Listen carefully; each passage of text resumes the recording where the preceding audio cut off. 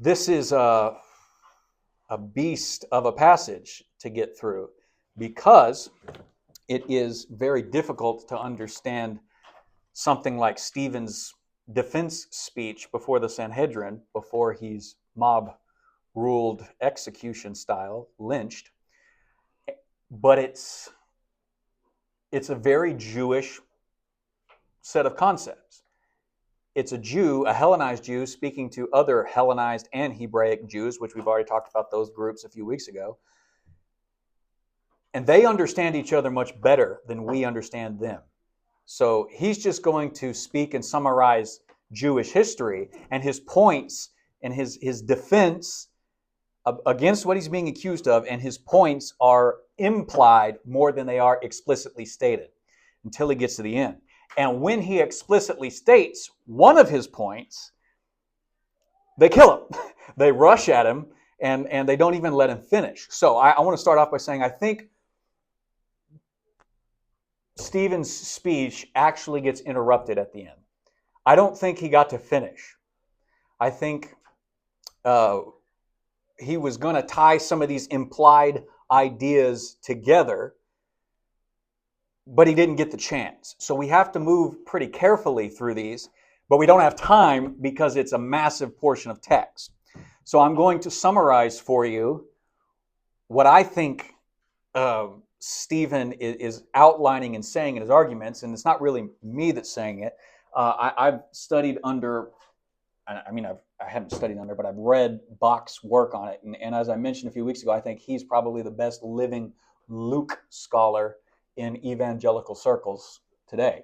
So he's got a 2-volume massive work on Luke, and this one very large 600 plus page volume on Acts that delves heavily into the Greek, as this whole Baker Exegetical Commentary on the New Testament series does. So if you have questions, why is that or something, ask them. But it's going to be hard to pick up naturally. Why is that the case? I don't get that at all, because it's Jews talking to Jews. They don't have to explicitly spell out a lot of things between them. So what are the big themes Stephen draws out in his speech as recorded by Luke for his audience? And I picked 3 that I hope we have time to get through today. And the first one is this: God has in fact raised up a series of leaders throughout Israel's history, and Israel has consistently rejected them. This is a very, very important part of Stephen's argument. The 2 main examples that he gives within the speech are the patriarchs Joseph and then Moses. And you could say this for a lot of people throughout the Old Testament. Pretty much everybody except the kings that God sends to them. The priests quickly turn against God. So you could just boil it down to the prophets. Well, of course, Joseph is a prophet, and we talked a lot about him during our Genesis stuff. So hopefully that will help speed things along in summary form today. In fact, I don't even plan on reading the text. So if you want to read the text as we go along in this, you're free to. But I want to save time and just keep going. Now, what's interesting about the examples of Joseph and Moses, the way that Stephen uses these examples is that they're both types of the Messiah. They are rulers and deliverers that Israel rejects, and then God exalts. This is implied in Stephen's use of how he's telling both of their stories. What is a type? Have you ever heard this before? A type is a specific type of prophecy, but it's a non-verbal prophecy, and it's usually one that extends from looking back through Israel's history and seeing repeated patterns play out.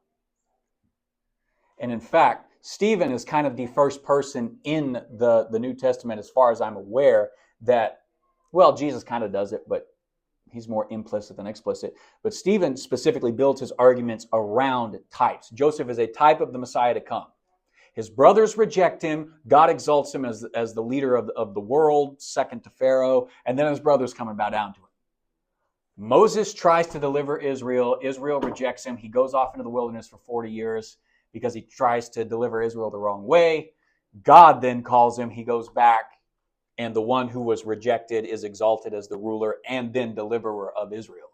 And the point is, he never actually draws these things to Christ. He never mentions Jesus in this until the very, very end when he says, now you've done it all over again with Christ. Then they yell at him, they gnash their teeth, and then when he sees the vision of heaven opened and the Son of Man actually standing at the right hand of God, they rush at him and kill him. So he never really gets the chance to draw these conclusions out, except for a brief statement. Now, with Moses specifically spoke of a prophet like himself. And you see, a lot of the things that have to do with the Messiah in the Old Testament don't mention the Messiah. They don't use the term. It's a fairly rare term in the Old Testament. It's not used everywhere. It's certainly not used of all the places that the prophets spoke about a Messiah. When they look forward to a ruler and a deliverer coming, they don't necessarily use the word Messiah. And we have to go back through that and actually apply some good thought to saying, wait, if this doesn't say Messiah, how does it relate to the Messiah? One of the ways that they do that is to see the patterns play out in Israel's rulers and deliverers throughout Israel's history and say, the same thing happened to the Messiah, and then they look back in history and they see God has been playing the same circle of events out over and over again.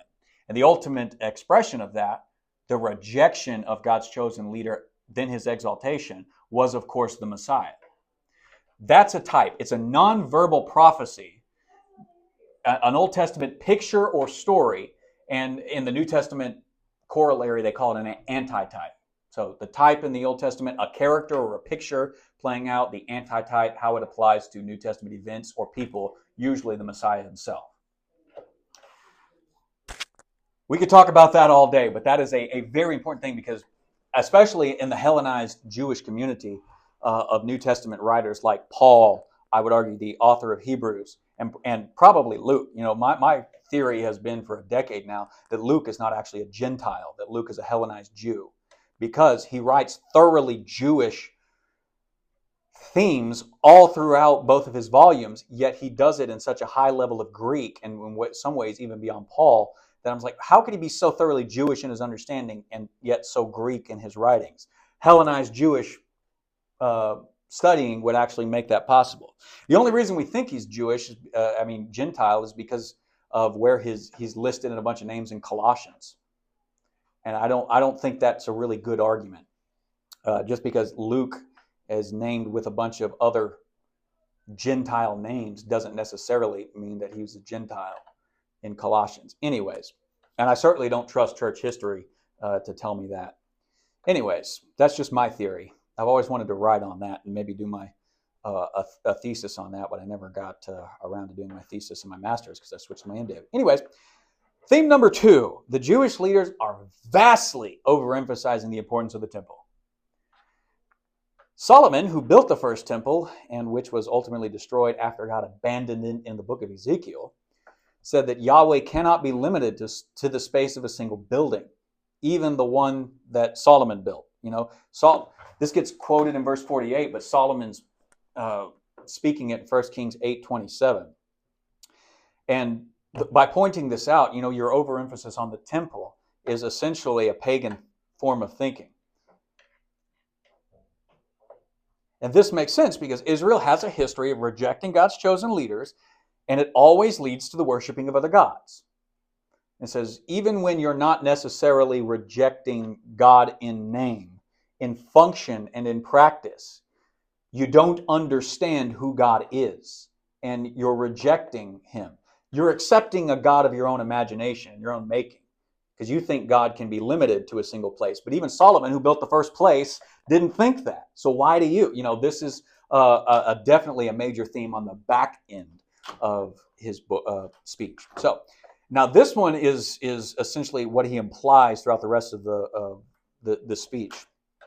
And it's a theme in the book of Luke overall. It was not the Christian community that decided to separate from the Jews and being primarily a Jewish community. It was the Jews who decided they were going to push out the Christians, even when they are entirely Jewish in makeup. It's not going to be until we get to chapter 10 with Cornelius in the book of Acts that Peter is given 3 visions back to back that says, go tell the Gentiles. We're done with the Jews being dominant here. We're moving on and speaking to anybody who's going to listen. That includes the Gentiles. But even before there was really any Gentile presence to speak of in the early church, the Jews are already making the choice to force them out from the leadership down. And this, of course, expands under Saul of Tarsus, who we talked about last week. And yet Saul will be the one who ultimately brings the Gentiles into the church en masse. But see, Luke wants us to realize the history that it was not the church that decided to separate from the Jews. We would do a good job picking up on this as a theme in Luke because we tend to think of the church as primarily Gentile, and we tend to think in Gentilic ways. We downplay, if not utterly ignore, all of the Jewish themes and connotations in the New Testament. We think that Paul comes along, he speaks to the Gentiles, and that he just lets go of being a Pharisee, and then he lets go of being a Hebrew, and then we just don't pick up on the Hebraic things that he's laying down. But Paul is a Hellenized Jew from start to finish. And he speaks like you would expect a Hellenized Jew to speak, even to Gentiles who have Jews in their churches to help them understand. And he never stops really being Jewish in his flavor. And if you really want to understand the New Testament, you're going to have to learn to think like a Second Temple Jew, Hebraic or Hellenized, because they are wrapping up their themes all throughout this. If Luke is a Gentile, he's the only writer in the New Testament that's a Gentile. In fact, he's the only Gentile author that we know of, or potentially know of, in the entire Scripture. But if he's actually a Hellenized Jew, then from start to finish, every author of the Bible is Jewish. I think there's good textual reasons to think that. So my argument is always going to be, pay attention to your Judaism and learn Second Temple Judaism, not the rabbinic Judaism that exists today. That took 40 years after the destruction of the temple before it even began to reshape itself. And a lot of the Jews take their interpretive themes of saying, no, the Old Testament doesn't point to Christ, because they take later 2nd century and further Jewish ideas and read them back into the Second Temple era. It doesn't work that way. Now, there are a bunch of things in this passage that I don't have time to talk about. So when you're interpreting this, just know I've gone through all of these things and am just pulling out the summary points. One, there's what's called hapax legomena all throughout this passage. A hapax legomena is a word that exists in the New Testament one time. It's only used one time. There are like nearly 3 dozen of these in just the passage that we're talking about, the end 6:8 all the way through 8:1. Dozens. Which means you're not really going to be able to do word studies and compare them to other passages in the New Testament to understand what Stephen is laying down. You might be able to do it in the Septuagint, which we'll talk about in just a second. You might be able to do it by talking about expanded Greek writings throughout the ancient world, the Mediterranean, but you're not going to get it from the New Testament. There's a bunch of words in here that just don't exist anywhere else in the New Testament. Now, Stephen is a Hellenized Jew, and the Hellenized Jews used the Septuagint as their Bible, as did the early church. This is my English translation of the Septuagint. They didn't just translate the books we claim are the Old Testament books. They translated the Maccabees. They translated 4th Ezra. They kept it in their Old Testament traditions because those books were originally written in Greek. So they fit well. There's a reason we reject them, because they weren't really originally written in Hebrew. But they're very, very important historically to the events that happen in the New Testament. You don't have to take them as scripture to take them as being important. I think that most of the New Testament authors, even the ones that actually allude to or quote the expanded Old Testament that is the Septuagint, doesn't necessarily mean that they took them as scripture. But the earliest church of the 1st century Jewish community did. So when he's quoting things and then it doesn't look like exactly what you would look it up in your Old Testament, it's because they're looking at a Greek translation of it, one that paraphrases and translates ideas as much as words. So when they say that the law was given through angels, and then you go back and you read the giving of the law in Exodus, you don't see any angels. But there's an Old Testament idea there that wherever Yahweh is, his divine counsel, what we would call angels, are there with him. And so it makes perfect sense in their minds to say if God did this, he did this through angels, whether he explicitly mentions it or not. It's a whole big round set of ideas that have been passed around through history. One of the best things that you can do to understand the New Testament and where the New Testament authors are coming from, and an author like Luke, who predominantly quotes from the Septuagint, is go back and read the Old Testament in the Greek translation. So anyways, it looks like that. My copy, this is a very good version of the NETS. I like it a lot. But their traditions, if you read this chapter in the Old Testament, you would realize, I don't remember reading that in my Old Testament. Well, it's because they're using a different text and a different tradition. It's not different. It just emphasizes different things. Telescoping.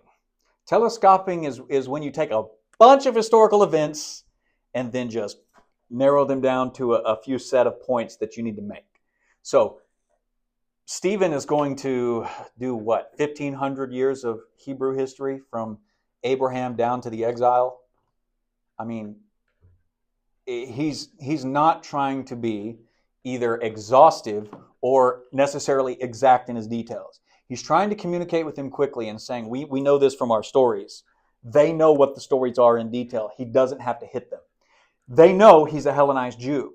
They know he's using a Greek textual tradition and that he's drawing his details out of that. They don't need to come in and correct him and saying, actually, Jacob was buried here, not there. Well, in the Greek tradition, the name for it is this, and that's over here, and we don't even know if they moved his burial site because it was in Samaria, and they don't like going through Samaria. So maybe by the time Stephen's speaking, they've actually moved Jacob and Joseph's bones. It's not contradicting the Old Testament. It's an intellectual idea. He's only attempting to confirm his belief in the basic plot points of Israel and in their theological significance as a rebuttal to the charges against him. That's it. So if you can accept that and that he's doing this thing called telescoping, summarizing events and key ideas within a specific Greek tradition, and move on, you will not think in terms of contradiction here. They would have had no problem understanding that Stephen was doing that. They would have had no trouble picking up on that. So we should accept their culture. We should accept their interpretive traditions that they use. We should accept their style of argumentation to make it work. All right? And then finally, come on, work now. There are just massive connections between the character of Stephen and the circumstances of Stephen's trial here and Jesus' trial. So none of that is accidental, but I'm also not going to pay much attention to it because that's honestly so obvious. I expect us all to pick up on that if you know anything about Jesus' trial. Now, Stephen is called a man full of grace and power, and this is the only time Luke uses these words together to describe somebody in Acts. Grace is possessed by Jesus, the apostles, the church, Moses, and David, and power is possessed by the apostles earlier in the book of Acts.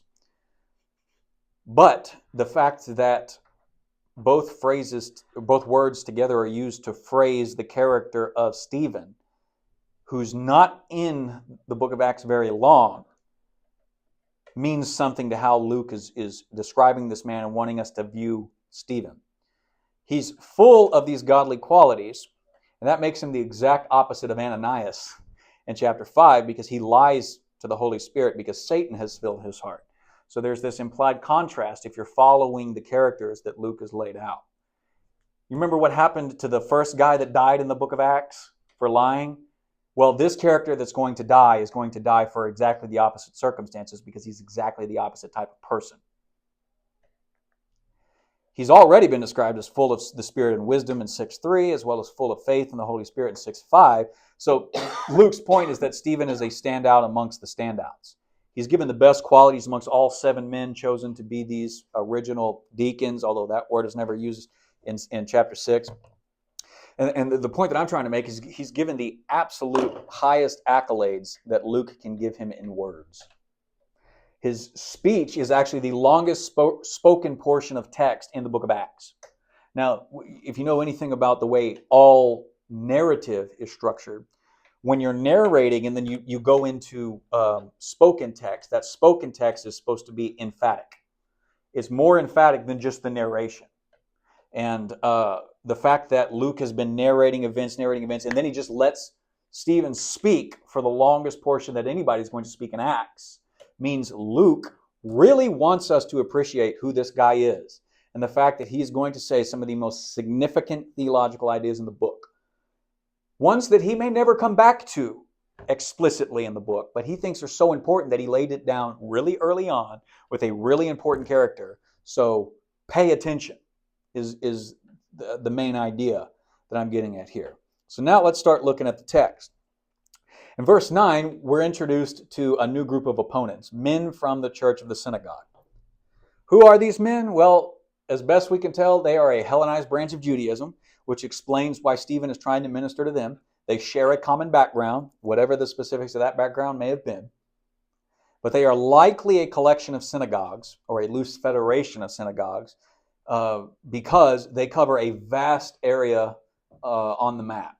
Now, Luke specifically mentions Cyrene and Alexandria, and then he mentions synagogue of the freemen from the area of Cilicia and Asia, which is all this over here. Now, what we have to ask ourselves is he doing merisms here? Is he taking two extremes and implying everything in between? Does he mean the major portions of this land in North Africa and implying potentially everything in between? Does he mean the western boundary of this entire area and the eastern boundary and imply Jews from all over this area? The answer is, I don't know, but he could be. But even if he's not, he's still taking a very diverse crowd from four major points. But the fact, I think there's at least some potential that he's picking four major corners of an area and implying all the land and territory in between there. But what they all share in common is that they've left these lands that they were born and raised in to come back to the promised land, which means they take the promises of the Old Testament so seriously that they returned to the promised land. They take the temple so seriously that they abandon what they grew up in to go live where the temple is.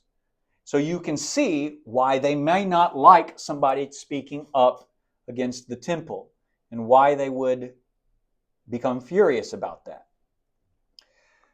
We don't really know what ultimately brought the synagogue of the freemen together. The best we can tell is that they were all former slaves, or they were descendants of former slaves, potentially from the time of Ptolemy. Yet they were freed, or their descendants were freed, and they formed their own communities in Israel so that they can worship in Greek.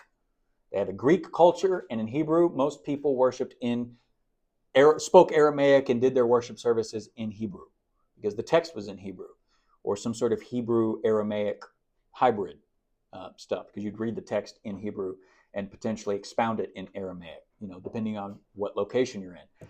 But they formed their community so that they could do the whole service in Greek. But what matters most is that they all share a Hellenized set of roots,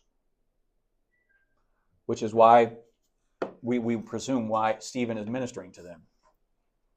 Verse 10, whatever sparked these specific beginnings of their opposition to Stephen isn't told to us. The only thing that's recorded for us is the fact that God's power and spirit was so with Stephen that he outthought and he out-argued this entire group of people with, I would presume, plenty of diverse ideas and perspectives. And yet he outthought them all, and they can't handle it. Considering it's all subject matter that they would all think they know a lot about, their own religious traditions. For some guy to come in and say, it's not quite this, it's this over here, and presumably we would think the conversations would revolve around the role of the temple in relationship to Jesus, because that's what the charges are going to say. They can't take it. Their ego is bruised, it would appear. Now, what do they do as a reaction to their bruised ego? Do they accept lessons and ideas that they have never heard before? Do they stop and think about it? No. Instead, they secretly secretly persuade men to come and basically lie under oath. The NIV uses secretly persuaded. I think instigated is probably a stronger term because they knowingly choose a deceptive path. They're going to seek out other people to do their dirty law-breaking under oath work for them. And they get to maintain this sense of righteousness of saying, well, we didn't break the law. We didn't lie under oath. We just hired the guys that did. And that's what they're doing. And so the idea is like, hey, we fear God too much to make false charges ourselves. We don't fear him enough not to find men who will make false charges. That's not righteousness, but you get this sense of these are who these guys are, all right? And so the charges become blasphemous words against Moses and against God. Now, I could ask the question, why is Moses mentioned first? Because in Greek writings, you typically put the thing that's most emphatic first.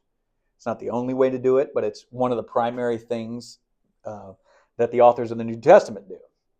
So it's possibly emphasis showing that they considered Moses more important person, and blaspheming against him was worse than blaspheming against God. That's unclear, I'll be honest about it, but that is a possibility. They might care more about words against Moses than against God, which would further tell us these people's attitudes, further tell us that they're out of sync with God. And if that was too little, the fact that they stir up the general Jewish populace and then take it to the Sanhedrin, they arouse, they excite somebody emotionally. Bach mentions idiomatically, it means they get them worked up. So these men are offended by Stephen, and they're going to find liars to come to their aid and to work to emotionally agitate the middle management, that is the scribes and the Pharisees. Oh, well, not the Pharisees, the teachers of the law. The Pharisees would be the ones on the Sanhedrin here. And then they get the general populace together. They get everybody riled up until they have a big enough crowd and a big enough problem that they can bring it to the most powerful guys, the Sanhedrin. And I just want to point out, this is a common pattern with wicked people. And it ultimately ends where this chapter ends, mob rule. And here's some pictures from the 2020 mostly peaceful riots. Mostly peaceful, right? Yeah, all right, awesome. But this is what happens when you stir up people emotionally, but you don't have any real substance to your arguments. And when you get upset that you don't have any substance to your arguments, rather than listening to a smarter person, it's all emotions, you always end up like this. It was then true 2,000 years ago, and it's true today. And we need to be better than that.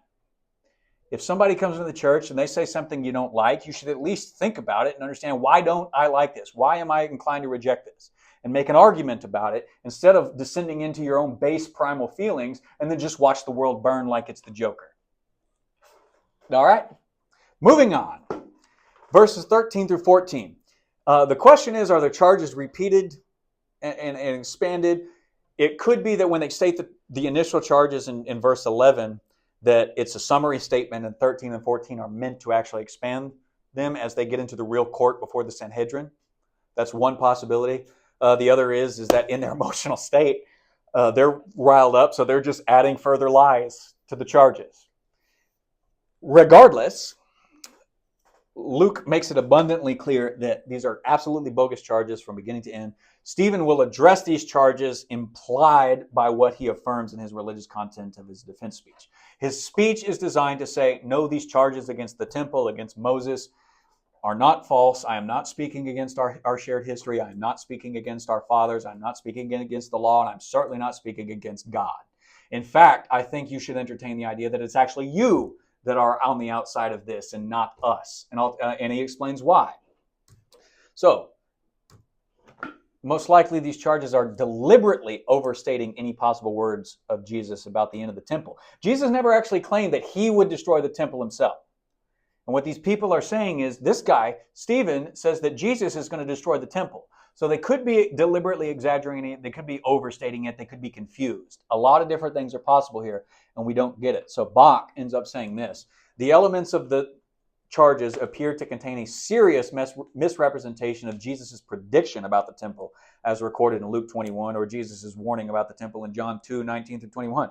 Stephen may have suggested that the temple is destined for judgment, as Acts 7 also implies, but the accusers make far more of this than Stephen might be claiming it. In 6:14, the Jews argue that Stephen is teaching that Jesus would destroy the temple, charges Luke labels as false in verse 13. So we pick up on the fact that this is an unjust trial. It's a banana republic happening here, all right? It's kangaroo court. There may be a certain element of truth to the charges, but these men are deliberately exaggerating or caricaturing Stephen's words to twist the Sanhedrin to their side, to stir up the Sanhedrin like they stirred up the populace, and they potentially want the movement around Jesus that Stephen belongs to, which works because the persecution doesn't just end with Stephen's death. It breaks out against everyone. So it's important to understand these are wicked men and they're intentionally doing that because they get what they want. You don't have to wait to the end of the chapter. It's foreshadowed right here. Luke is underscoring the injustice of what's happening. He calls these men false witnesses, and he draws so many of these connections between Jesus and Stephen's circumstances. Everybody knew that Stephen was just innocent, which is why he has the face of an angel. Now, here's a very important biblical interpretive idea. Don't read the Bible literally. Read the Bible literarily, because it is great, brilliant, ancient Hebraic literature. The literal truth corresponding to reality will reveal itself when you become a great reader of the literary nature of statements like this one. Luke writes this sentence to show that Stephen is perfectly innocent. When he says he has the face of an angel, he's contrasting Stephen with everybody else that brought him here. These are wicked men who are going to wicked men, stirring them up, and then bringing them to more powerful wicked men and stirring them up, which is why wicked things like the persecution of the innocent Christian community is going to happen. This statement, he has a face like an angel, is not like Moses' face shining with God's glory in a literal sense, but it is in a literary sense. It's a statement of innocence to the whole room and us as the reader, and it contrasts Stephen with the present men before him. That's all. It should make you think of Moses for multiple reasons. Stephen is a man with descriptions that says he basically lives his entire life in the presence of God. Now, Moses was actually in God's presence on the mountain. That's why his face shone. Stephen lives his life by faith in the Son of God. And so everybody can tell this man is perfectly innocent. And before he even opens his mouth and defends himself. It is reminiscent of Moses, but his face is not literally shining like Moses. That's what I mean when I say don't read the Bible literally. Read it literarily. If you divorce the literary nature of statements like this from the literal historical truth, you will come to bad conclusions. Like, oh, Stephen's face just began to shine. No, it didn't. It did not do that. Luke is portraying Stephen as somebody who walks with God in ways similar to Moses, and who, like Moses himself, will be rejected by the Israelites he ministers to, which is, of course, what the speech is all about. Now, one last note of importance. The text is the first time that it's not the Jewish authorities who lead the charge in attacking the faithful servants of King Jesus. It's the general populace who then turn to the Jewish leaders and to legitimize their feelings and actions. So what we've gone from throughout the book of Acts is escalation from chapter 4 with just 2 apostles, Peter and John, before just the Sadducees, to all 12 apostles before the whole Sanhedrin, so 12 against 40, who are then beaten but released. And now that leads to a whole lot of Jews from every level of society, instigated from men of lower society to more higher ranked men, and it leads to the death of a single person and the persecution of more. So this is like the third strike. This is 3 strikes, the community's out, except that God's going to persevere in the community, even to the point of converting Saul by showing him the same thing he shows Stephen. So let's talk about the defense speech itself. Stephen is being charged with blasphemy against Moses, God, and the temple. So everything in this response is designed to affirm what all Jews believed about the basic aspect of God and Israel's relationship, which means he's not rejecting Moses, he's not rejecting, in fact, he goes back before Moses and he starts with Abraham as the foundation. These present Israelites don't want to see things about themselves, and his ending point is for Stephen to say, you're just like the ancestors in all your worst ways. So he's doing all of this just by repeating Israelite history. So in verse 1, his chance to respond is offered. So at the beginning, the Sanhedrin keeps the law, which is important because at the end, they don't. 2 through 8, he starts with Abraham. This is God's promises to Abraham, and Stephen affirms those promises. Verse 5 underscores that God is faithful to his promises, which in 6 and 7 is why Stephen highlights his trust in God's faithful promises to his people, which means Stephen is not a blasphemer. He respects God's promises and the leading of his people. He affirms the basic Jewish history from the starting point, which is not part of what he's being accused of. But he goes back to it as the starting point of saying, look, I'm not a blasphemer. I respect what God set out with our father Abraham. And so this sets up the examples of God's attempts to lead his people through chosen men whom Israel will have no regard for. So as Israel begins to multiply and they start becoming different tribes, we get the historical example of Joseph. He's rejected by the Israel of his time, and it leads to God's deliverance. The patriarchs, the other 10 brothers, it's 10 because Joseph's little brother, Benjamin, I was wanting to say Daniel for some reason, Benjamin doesn't reject Joseph. He thinks Joseph is dead. But it sets up an important contrast. God was with the one whom the other 11 sons of Jacob rejected. See, that's why I mentioned 10. Bach actually misspeaks here. It's not 11, it's 10. A note introducing the nation's pattern of failure to recognize the one chosen by God. Joseph is Israel's first ruler and deliverer, as Moses will be. So this is starting to get into the bulk of his argument. Abraham is an introduction, confirming that he's not a blasphemer. He trusts God just as they do. He believes the same things that they do. But then he starts with the bulk, the body of his argument, and he says, but let's look at our own history from a different lens. There is a history of God raising up rulers. God choosing somebody, the people reject him, and then God exalts that person. That establishes the messianic type. Again, Stephen probably doesn't get a chance to directly expand on what these types are, how Joseph and Moses are like the Messiah, because he's killed before he could draw all these points together. His speech is interrupted. He doesn't say, okay, I'm done. What's your verdict? They don't even get to the verdict. So after Joseph, he moves on to Moses. The historical example of the rejection of Moses led to Israel's deliverance. Now you have to read this through the Septuagint Jewish lens of Hellenized Judaism.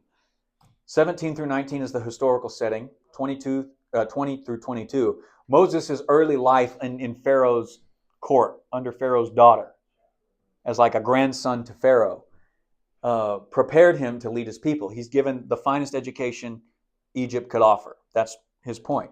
What did he do with it? He goes out one day and he attempts to deliver Israel because he kills an Egyptian. And then when he turns around the next day and he says, why are you two Hebrews fighting? Don't you know you're brothers? And they say, well, who made you Lord over us? Are you going to kill me like you killed the Egyptian? So they say, Stephen's point is to say, Moses did what he did because he thought God was using him to deliver the people. So he started to do the right thing the wrong way, and it led to the Hebrews actually rejecting him. So what you see commonly in movies is that Moses didn't know he was a Hebrew until he was an adult. Wrong. He was circumcised on the 8th day. That's why 3 months when his parents couldn't hide him anymore and they put him down the Nile River and Pharaoh found him, she opens up, sees a naked baby and says, oh, this is a Hebrew male. Because you can tell if you're looking at a Hebrew baby because of the circumcision. You can't hide that from a young man growing up. He knew who he was and he saw the suffering of his people. So he went out and killed the Egyptian trying to deliver the people. But it leads to the people actually rejecting him. So he runs off and he hides in the wilderness for 40 years until God actually commissions Moses. Return and finish the deliverance now that I want you to do that. And then 35 to 36, it's the one who was initially rejected who becomes Israel's deliverer because of God's choice, not human will. So he's also implying the fact that Israel can reject all the leaders they want. God can still do what he wants. He can still choose who he wants. All of this is implied and designed to build towards the messianic picture, right? Verse 37, the ruler and deliverer Moses foretold of is a ruler and deliverer that Israel must follow. This is a more direct link. He quotes Deuteronomy 18 and he says, a prophet like me will come and you should listen to him. And in Moses' day, that really only implied Joshua. But because Joshua was not the perfect figure, it implies to everybody else who comes potentially after Joshua. It applies to David. It applies to all the kings until ultimately all the kings fail, which is why if you actually pay attention to Kings and Chronicles, those stories are there to show you none of these are the actual Messiah. If you're reading the Masoretic text of the Old Testament, the books are organized so that it ends with 2nd Chronicles, not Malachi, because it ends with the failure of the kings and the exile of the people, yet they get to come back after exile, waiting for a king who will actually deliver them. Quoting Deuteronomy 18 says nothing about a king. It says a prophet. But here they've understood that a prophet like Moses is a ruler and a deliverer, which implies kingship and stuff. They're tying all of these things together in their minds. And they've had centuries of working this out after the exile, about 500, 4.5 to be sure. And they're working all these out to the point where when Stephen stands before the crowd and says them, they pick up on this. They know when he quotes Moses and stuff, he means you've been looking for a Messiah the entire time. Are you really surprised you've rejected the Messiah as well? Is ultimately going to be the point that he gets to. But he never gets the chance to do that. So, as Moses' example ends, Stephen affirms his loyalty to God following Moses. And he's also implying here that he follows the one that Moses told Israel would come. That's part of why he's quoting Deuteronomy 18 there. A prophet like me, and you have to listen to him. And by that, he's implying if you guys don't listen as well, you guys are the real ones in trouble here. There's a distinction between me and the rest of you. Are you going to do something about it? Yes, they're going to kill you. 39 through 43. Israel's rejection of Moses as a ruler and a leader wasn't just before they were actually delivered from Egypt. Because the golden calf incident is the continuation of the pattern. It's an ongoing rejection of Moses, the law, and the God who chose Moses and gave the law. It leads to ongoing idol worship, ultimately until God sends the people back out of the land. You know, the reason I say exile beyond Damascus/Babylon is because he quotes Amos 5, which in the Masoretic text says Damascus. In the Septuagint, they changed Damascus to Babylon to emphasize the Judaic exile, right? So that's where you'll start seeing distinctions between it. But they're both true. They're just trying to emphasize different things. Amos is writing to the northern kingdom of Israel and trying to say you guys are going to go beyond the territories here, exiled out of the land in a general sense. So he uses Damascus as a border to point that out. When the Hebrews have gone through exile and get back into the land to Babylon and back again, and it translated into the Septuagint, into Greek, then they changed the idea of Damascus to Babylon to also be a more general sense of saying getting kicked out of the land and being able to return. It doesn't matter if you say Damascus to the northern kingdom or Babylon to the southern kingdom. It's the same idea. So you have to look at your Old Testament in terms of ideas instead of specific words to pick up what they're laying down sometimes. Stephen has now confirmed his belief in God based on God's own historical promises and works in and to Israel. And he's also pointed out that Israel has a history of rejecting God. This argument is fused together with the start of God's relationship with Israel through Abraham down to the destruction of the temple. So he's fused all of these ideas together by repeating the history. He's implied more things than we can directly see in the text. You have to be familiar with your Jewish history to pick up on what later authors are laying down in detail. Luke doesn't have all the room in the world and all the paper in the world to write everything out. Even he is summarizing what Stephen is saying at the council. And so he's gone through this entire history and he's applied all of this, and now he's going to specifically narrow in on the tabernacle and the temple. The temple was not supposed to be a spot designed to limit Yahweh. Nothing can. Again, this is something that Solomon professed when he built the temple. It's what the prophets affirm in Isaiah 66 when he looks at new creation and he says the whole universe will be my temple, my dwelling place. This is what Revelation 22 is all about. The new heaven and the new earth is the recreation of the world as a temple. That's what that picture of a giant cube, New Jerusalem, is about. the idea that you can limit God to a single spot is an idolatrous and pagan expression. It's a pagan form of thought. It causes an overemphasis on the temple, and it harms God's character. This is misthinking on the part of the Jewish men, and it represents a failure on their part to grasp who God truly is. Thus, it leads towards their rejecting of Jesus and Stephen. And that's the point of everything Stephen has been saying in verse 2 that gets summarized in 51 and 53.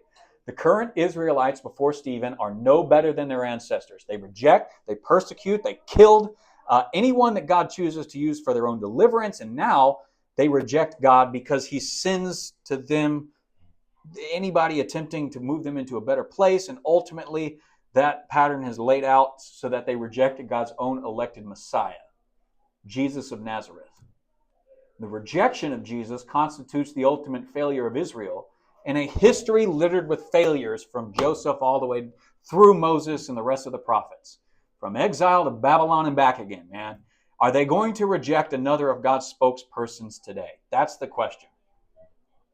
And we'll end with this, and we'll finalize this next week. We'll just take next week and break through the rest of the pattern, because it ends with this. You know, when you confront the wicked with what they don't want to hear, the Sanhedrin, they turn furious, and Stephen now just quite frankly pisses them off. And so we'll spend next week, and we'll talk specifically about how good men turn evil, if they were ever good at all.